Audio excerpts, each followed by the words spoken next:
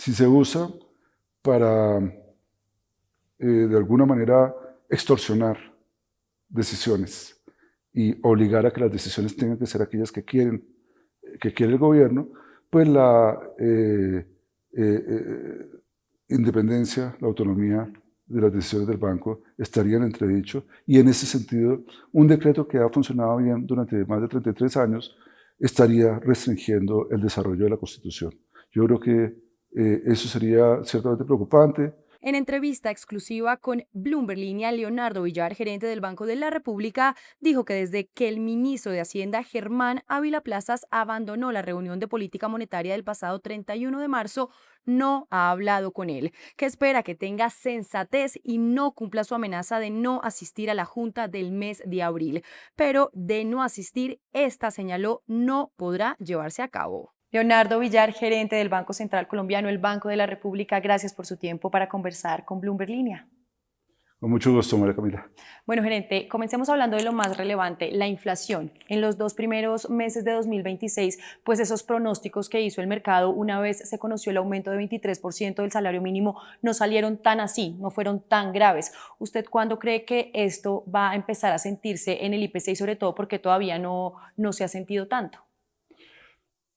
Bueno, en realidad yo sí he visto un impacto importante, pero con la conciencia de que, como todos los cambios macroeconómicos, se sienten es a lo largo del tiempo, y muchas veces los impactos se dan a lo largo de un año o incluso más. Pero la verdad es que si miramos los datos de enero y febrero, hay un aumento importante en la mayor parte de los rubros. La inflación de alimentos aumentó por razones coyunturales, pero lo más importante es lo que nosotros llamamos la inflación básica, que es la de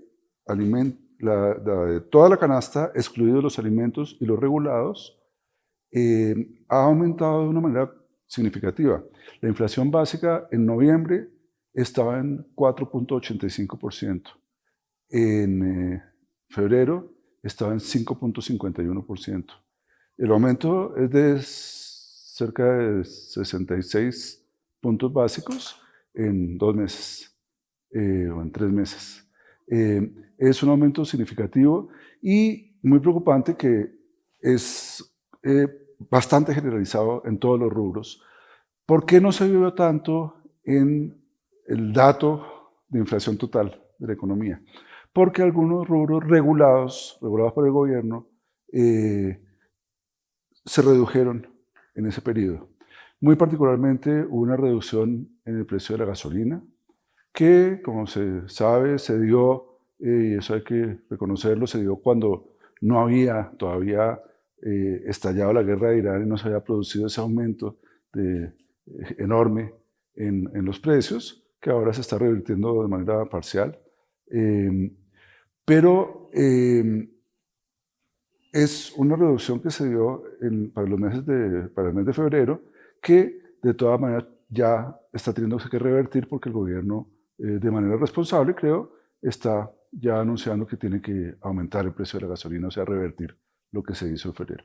Y también hubo unas reducciones por razones sectoriales muy específicas y posiblemente temporales en los precios de la energía eléctrica, y un virtual estancamiento, digámoslo así, en la inflación, que fue prácticamente cero, en los precios del gas con respecto a lo que eran un año atrás. Esos son fenómenos de precios regulados, muy específicos, tienen explicaciones sectoriales, pero lo que responde a factores macroeconómicos, todo aumentó. Y aumentó, como dije, cuando se mira la inflación básica, en 66 puntos básicos en un lapso muy corto de tiempo. Pero la preocupación mayor, por supuesto, es lo que puede pasar hacia adelante, y la perspectiva de que el año completo termine con la inflación de más de 6%, que es lo que están esperando la mayor parte de los analistas y también el equipo técnico del banco. A eso justamente iba, gerente. Todo el mercado está pronosticando una inflación superior al 6% al cierre de 2026. En línea con esto, ¿usted no cree que sea momento de replantear ese rango meta de inflación del Banco de la República, o que, por ejemplo, a raíz de la pandemia ese 3% pues sea un objetivo poco realista? Bueno, yo empezaría por decir que el 3% es una meta muy generalizada a nivel internacional entre países en desarrollo. Algunos países en desarrollo cercanos a nosotros, como el Perú, tienen la inflación meta más bajita que eso, en 2%. Los países desarrollados también normalmente la tienen en 2%, un poquito más baja que nosotros. Y lo que es cierto es que después de la pandemia y después del aumento que hubo en la pospandemia, hacia 2021, 2022, todos los países han podido reducir la inflación y ya están muy cerca o en niveles compatibles con las metas, esa de 3% o de 2%. En Colombia veníamos muy bien, veníamos reduciendo muy rápidamente la inflación en 2022, 23, perdón, 23 y 24. En 23 y 24 la inflación se redujo desde un nivel que ha llegado a 13.4% y bajó a 5.2%, que es un logro significativo. Pero ¿qué pasó después de eso? Que no seguimos bajando. ¿Por razones asociadas a algo internacional o a la pandemia? No. Los demás países sí pudieron seguir bajando. Nosotros no. Y creo que hay varias explicaciones de la situación macroeconómica interna que han influido en que haya sido muy difícil y que pusimos la meta y no la hayamos podido cumplir. Entonces, volviendo a la pregunta, nosotros cuando pusimos la meta creíamos sinceramente que este año era un año en el que se iba a poder cumplir. El año pasado también, no solo nosotros, la mayor parte de los analistas creían que se iba a poder cumplir, pero las circunstancias cambiaron y no ha sido mucho el apoyo de parte de la política fiscal para que se cumpla y tampoco el aumento tan fuerte que hubo en el salario mínimo, que puede tener muchas justificaciones. Yo no quiero discutir sobre los beneficios que pueda tener el aumento del salario mínimo, pero lo cierto es que hace más difícil bajar la inflación en la forma como estaba previsto.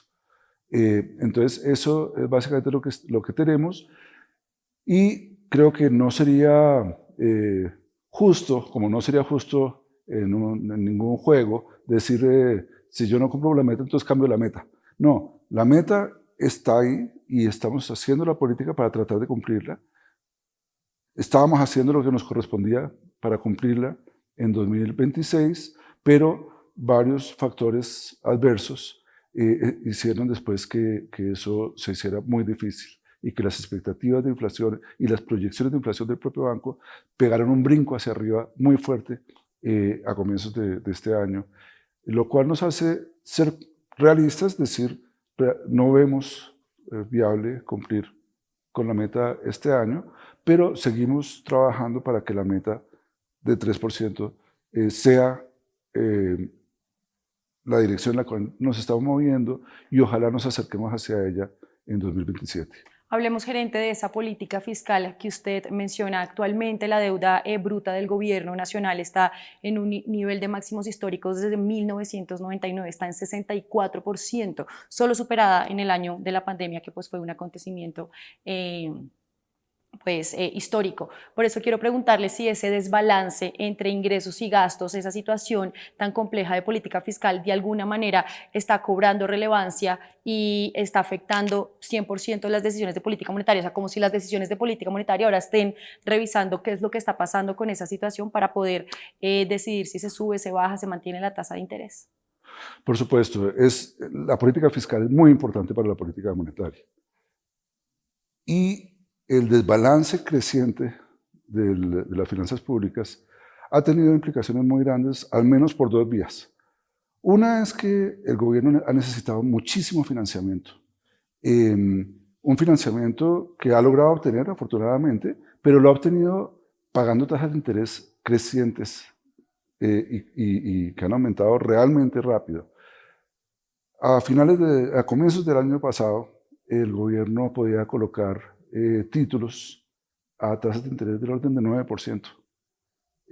¿Por qué? Títulos a plazo, porque la gente creía que la inflación iba a seguir bajando, tenía más confianza en la situación fiscal que se había venido ajustando relativamente, pero eso dejó de suceder y entonces incluso en enero, antes de que nosotros aumentáramos la tasa de interés que está pagando el gobierno por sus títulos se ha subido de ese 9% a niveles que están en alrededor de 13.6%. O sea, es un aumento del orden de 460 puntos básicos. Eso antes de que nosotros subiéramos la tasa de interés. Entonces, el impacto sobre las tasas de interés es muy grande del financiamiento público. Eso se ve en términos de la tasa de interés que se constituye en una competencia para la captación de los bancos, de ahorros del público por parte de los bancos, pero además hace que muchos recursos se estén yendo hacia el gobierno que está captando fondos a través de lo que llaman TCOs, que no son los TES tradicionales, que son de largo plazo, con los que se endeuda el gobierno, sino unos títulos de corto plazo, de menos de un año, que compiten directamente con las captaciones del sistema financiero y que han crecido en magnitudes realmente muy grandes. Eso solía ser de una magnitud de 1 o 2 billones de pesos que usaba el gobierno para ajustar su situación de coyuntura de liquidez, y hoy es del orden de 60 billones de pesos, más o menos el 3% del PIB, que genera una presión muy grande para el financiamiento del sistema financiero y de aumento en las tasas de interés del sistema financiero. Ahora, el otro efecto de la política fiscal es generar mayor demanda en la economía. Cuando hay un déficit fiscal, internacionalmente se conoce como un impulso fiscal, especialmente cuando se lo mira como el déficit fiscal primario, que quiere decir el déficit fiscal medido como los ingresos, bueno, los gastos, excluidos los pagos de intereses. Excluyendo pagos de intereses, hace un año, o un poco más de un año, en enero del año 2025, se esperaba para cumplir la regla fiscal que el gobierno tuviera un déficit fiscal primario prácticamente nulo, de 0.3% del PIB. Ese déficit aumentó al 3.5% del PIB en el año 2025. Ese aumento es mayor demanda en la economía, es un impulso fiscal muy grande que genera, por un lado, un impacto positivo de muy corto plazo porque genera mayor actividad económica, facilita la caída del desempleo, genera empleo a muy corto plazo, pero también genera unos desequilibrios macroeconómicos muy importantes porque obliga a endeudarse para financiarlo y típicamente es un impulso a la economía que no es sostenible. Entonces, los beneficios que puede tener de corto plazo no son sostenibles y hacen que el trabajo para la política monetaria se vuelva más difícil. ¿Cree usted entonces, gerente, que esa estrategia de endeudamiento del gobierno de la que ha sacado pecho el director de Crédito Público pues es equivocada? Es decir, significan flores hoy, pero tormentas mañana. O sea, el próximo gobierno muchísimo peor. Yo no diría que el tema al que me estoy refiriendo sea un problema de la estrategia específica de crédito público. Crédito público tiene que conseguir los recursos para financiar el déficit fiscal. Es la estrategia del conjunto del gobierno de tener unos gastos muy superiores a sus ingresos. Y la función del crédito público es conseguir esos recursos.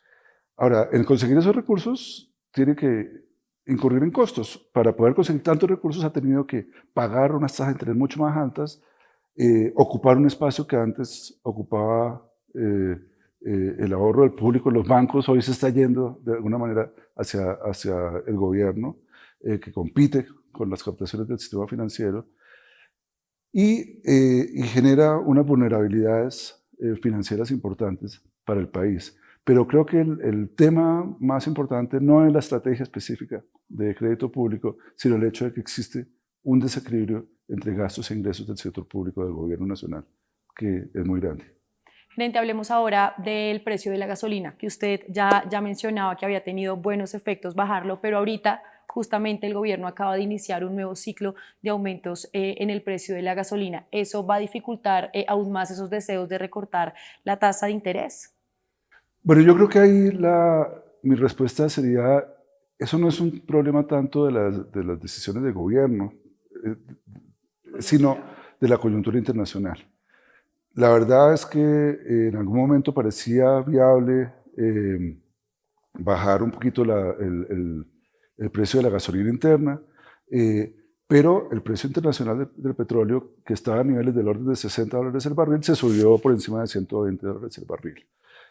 Afortunadamente, eso se ha reversado un poco con las noticias que están saliendo en este momento de una tregua y eventualmente de una paz más duradera entre Estados Unidos e Irán. Y ojalá el aumento tan fuerte del precio del petróleo se modere. La expectativa es que de todas maneras va a haber un impacto de unos precios que van a ser mayores de lo que estaba previsto hace un par de meses, pero eso tiene un impacto negativo para la inflación, ya sea porque se tenga que trasladar directamente al precio interno de la gasolina o porque se ha asumido con subsidio por parte del gobierno. Entonces yo lo resumiría de esa manera. Hay una situación que en cualquier caso es peor desde el punto de vista de perspectivas de inflación por ese lado de lo que era hace un poco más de un mes antes de que estallara la guerra con Irán. Ya que usted lo menciona, esa guerra con Irán también trae para Colombia como dos cosas que uno puede poner en la balanza. Uno es pues beneficios por ese aumento en los precios del petróleo, es el principal producto de exportación de Ecopetrol, la petrolera estatal colombiana, pero también eso mismo ha hecho que se encarezcan productos que Colombia importa mayoritariamente, como son los fertilizantes. ¿Qué cree usted que puede pesar más en la balanza? Desde el punto de vista de la actividad productiva, desde el punto de vista de las finanzas públicas, el aumento del precio del petróleo puede ser más positivo, lo cual debería conducir a que el déficit fuera menor este año. Pero desde el punto de vista de inflación, el impacto del aumento en los precios de los fertilizantes y el consiguiente impacto en precios de los alimentos puede ser mucho más negativo. Hoy estamos viendo una esperanza de que esta guerra termine, de que las cosas se normalicen, y si eso se normaliza, pues los impactos van a diluirse un poco. Pero si las tensiones persisten y el aumento de los precios de los fertilizantes, que hasta ahora han sido del orden del 50% internacionalmente, si eso se mantiene, o incluso se mantiene en magnitudes un poco menores, el costo para la economía en términos de presiones inflacionarias puede ser importante. Y hay que recordar que Colombia es, en términos netos, un importador de fertilizantes más que exportador. Entonces, el impacto, independientemente de si los pocos fertilizantes que se exportan se permite la exportación o no, el impacto de un aumento del precio internacional puede ser negativo para la inflación. El empleo ahora, gerente 9,2% en febrero, según el DANE, cifra más baja en más de 20 años para ese mes, pero los analistas han advertido que esa generación de empleo que se está dando es empleo de la peor calidad, por llamarlo de alguna forma. Uno, porque es el generado por el gobierno y otro, porque es el generado por cuenta propia. Y además de eso, también han advertido que, por ejemplo, en algunos sectores que han sido tradicionalmente generadores de empleo, como alojamientos, servicios de comida, restaurantes, pues ahí es donde se están perdiendo los empleos. ¿Cómo matizar estas cifras y cuál es la lectura que usted hace ahí? Bueno, realmente la lectura que yo personalmente tengo es positiva en términos del comportamiento del empleo. Creo que hay que decir que el empleo se ha comportado bien, la tasa de desempleo, como usted lo dice, es la más baja en mucho tiempo, y eso sin lugar a dudas es un resultado positivo. Algunos sectores ciertamente tienen desempeños mucho más malos. Las últimas cifras, digamos, de febrero muestran que el sector de alojamiento y de comida fuera del hogar, de restaurantes, es un sector en donde no ha crecido el empleo y eso hay que tenerlo muy en cuenta. Pero yo diría que neto el desempeño del empleo ha sido positivo, consistente con una economía que ha crecido de manera importante y con una demanda que ha crecido quizás más de lo deseable, porque la demanda ha crecido tanto que no solo ha presionado al alza el crecimiento o impulsado al alza el crecimiento de la producción interna, sino también de las importaciones, unas importaciones que crecen en dólares más de 10%. Y en ese sentido, mi preocupación con el empleo no es que las cosas estén comportándose mal. Yo creo que se está comportando bastante bien, pero el gran reto es que eso sea sostenible y que no estallemos con una situación muy difícil en lo fiscal o en las condiciones externas que hagan que eso no sea sostenible, y eso podría pasar en cualquier momento si no tenemos cuidado con que las presiones de aumento en la demanda se puedan convertir en presiones inflacionarias o en problemas de desequilibrios internacionales. Gerente, la última vez que usted y yo habíamos hablado fue en junio del año pasado y en ese momento usted hacía varios como reparos, por llamarlo de alguna forma, a ese fondo de ahorro que estaba organizado al Banco de la República, sobre todo por el tiempo y la premura que había para tenerlo listo. Hablamos de este fondo que creó la reforma pensional del gobierno Petro aprobado en 2024. ¿Cómo va ese tema? Bueno, el tema está parado. Como todo el mundo sabe, la Corte Constitucional suspendió la ley de reforma pensional. Está analizándola de fondo a ver si hay alguna decisión de tumbarla o de revivirla. Solo quedaron vigentes un par de artículos que tienen que ver con la ventana de traslados hacia Colpensiones. Pero esa suspensión hace que la ley hoy no esté vigente. Entonces nos pasó algo que suena paradójico, y es: nosotros estábamos corriendo todo lo que podíamos para tener todo listo para entrar en vigencia en 1 de julio del año pasado, pero en un momento nos dijeron que, a pesar de las carreras que teníamos, de la urgencia que teníamos, no, ustedes no pueden seguir haciendo nada porque la ley no está vigente. Luego ustedes ni siquiera pueden nombrar, por ejemplo, el comité directivo del fondo. Entonces todo está parado esperando un pronunciamiento de la Corte. Por eso lo que nosotros hemos dicho es, le hemos pedido a la Corte que el día que se pronuncie, el día nos dé un plazo de por lo menos unos meses, 3 meses o algo así, desde que salga la sentencia clarificatoria de cómo queda la ley.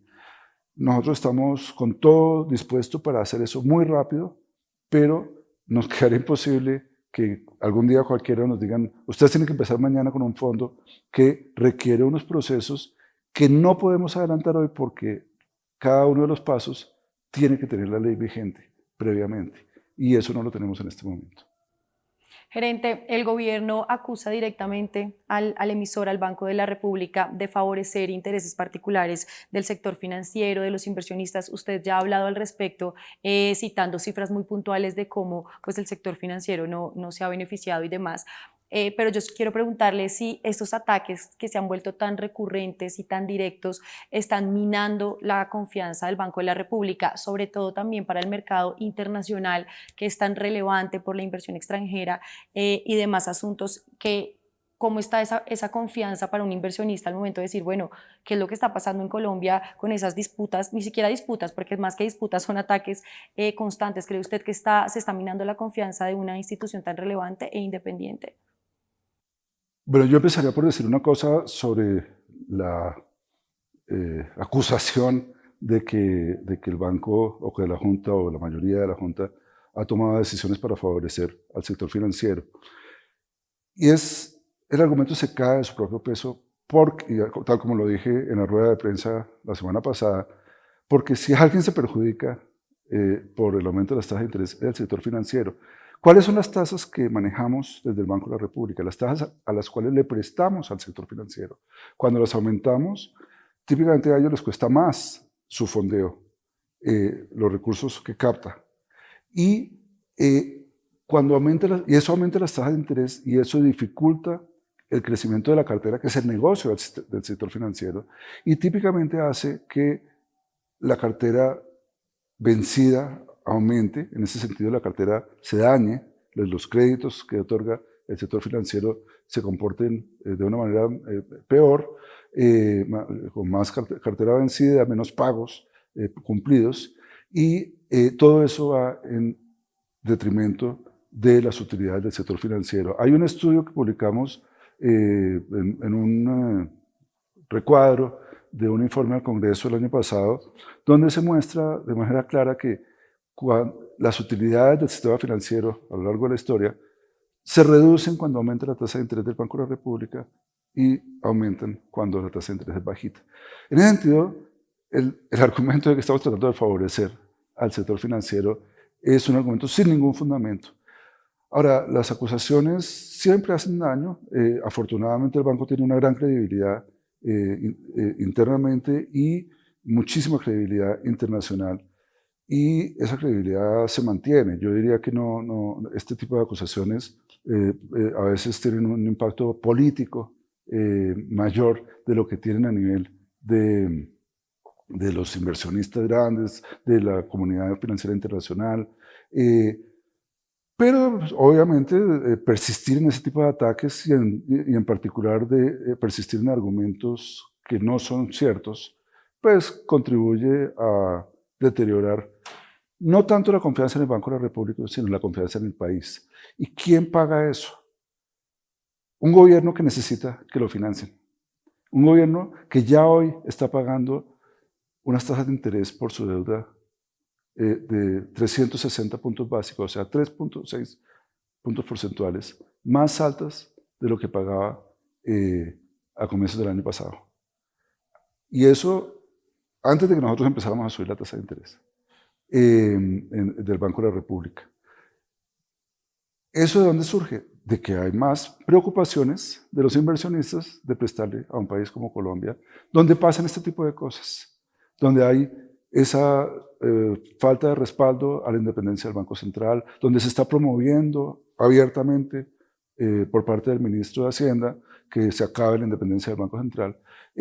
Y eso sí genera nerviosismo y hace que sea más difícil para el gobierno financiarse a tasas más razonables y en las cantidades que necesita, que son cantidades muy grandes, dada la magnitud del déficit fiscal.